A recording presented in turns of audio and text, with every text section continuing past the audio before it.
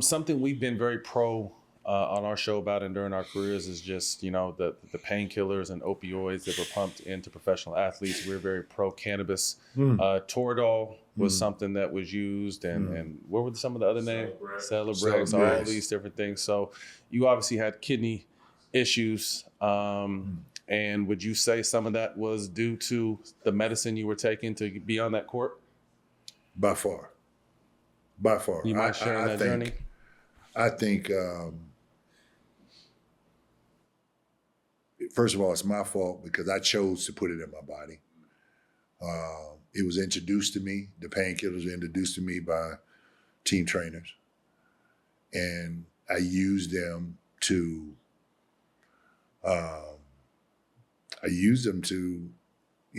to play. Because you were taught, not to cut you off, you were taught back at Georgetown to play through stuff. Yeah, man. Be on that court. Yeah, I used them to play, man. I needed to, I wanted to get out there and play and compete. I had my fair share of injuries. I had 5 knee surgeries, 3 on this knee, 2 on this knee. And then I had other injuries here and there, and they're part of the game. It was a physical game back then. And between the ice baths, it wasn't enough.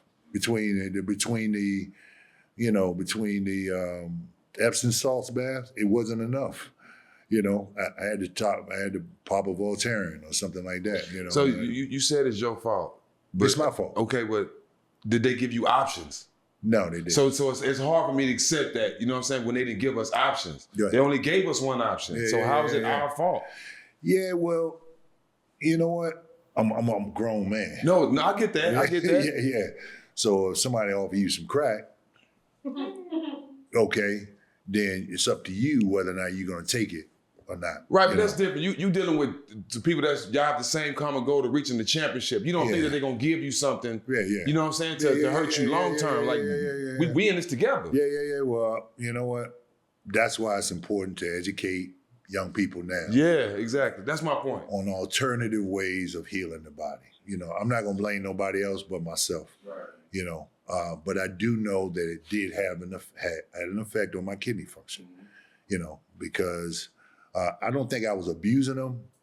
I just think that I just took a lot of them.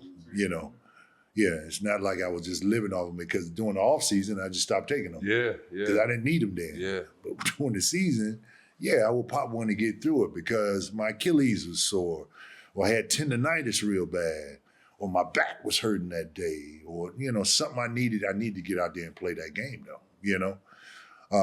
So now, yoga, your diet, anti-inflammatory foods, all of that stuff, educating yourselves on those particular things, which is what I do. I primarily eat plant-based. I got a plant-based chef at the house right now. Okay, so I primarily eat plant-based. Occasionally I eat fish. I eat no dairy at all, none whatsoever.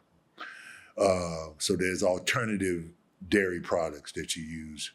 That there's plant butter, and there's plant-based cheese, and all that stuff.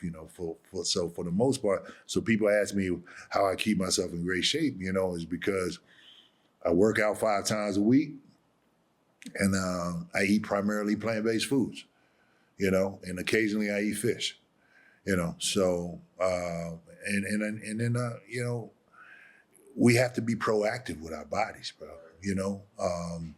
The reason why I found out that I had kidney disease is because of a routine physical that we took with the league. That it's mandatory that we take this physical preseason and postseason.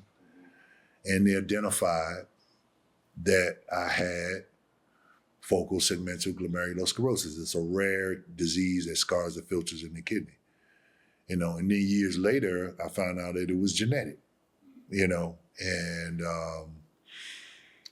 it's amazing how we can kind of identify a lot of health obstacles way in advance if we just get a regular checkup, man, even just once a year, and now as athletes, because it was mandatory for us to do it while we were playing, a lot of us just stopped.